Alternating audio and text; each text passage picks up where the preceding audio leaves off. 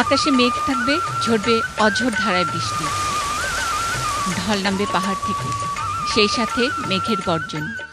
এমনি আবহাওয়ায় হয় ঘোর অমাবস্যায়, না হয় ভরা পূর্ণিমায় রুই কাতলা জাতের মা মাছেরা ডিম ছাড়ে চট্টগ্রামের হালদা নদীতে।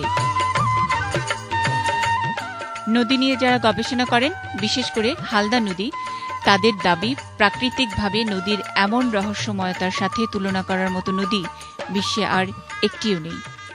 অনেকে কম্বোডিয়ার মেকংয়ের তুলনা দেওয়ার চেষ্টা করলেও বাংলাদেশের হালদা একেবারেই আলাদা।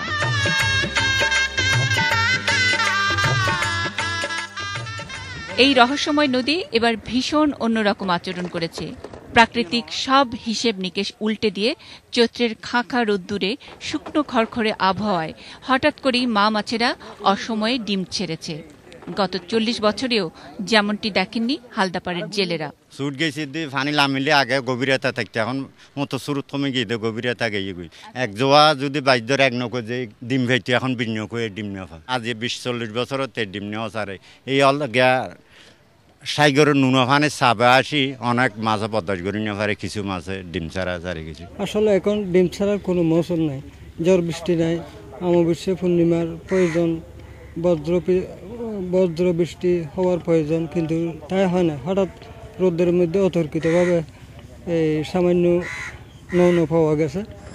এবার অসময়ে ডিম ছাড়ার কারণে জেলেদের অনেকেই ডিম জালে তোলার সুযোগ পাননি। যারাও পেয়েছেন তারা বলছেন এবার ডিমের পরিমাণ কম।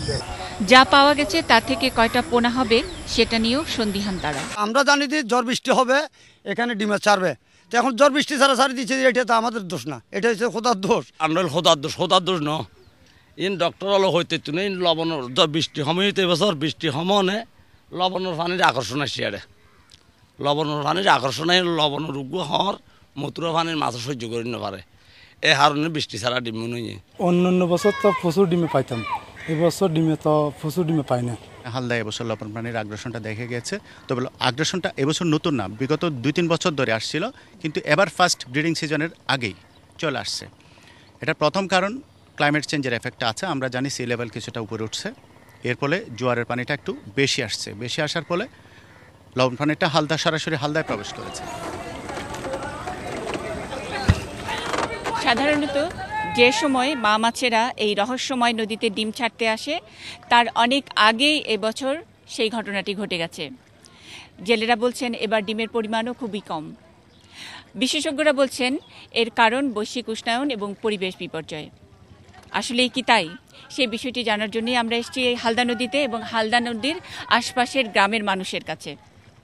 Munni Saha, ATN News, Raozan, Chittagong.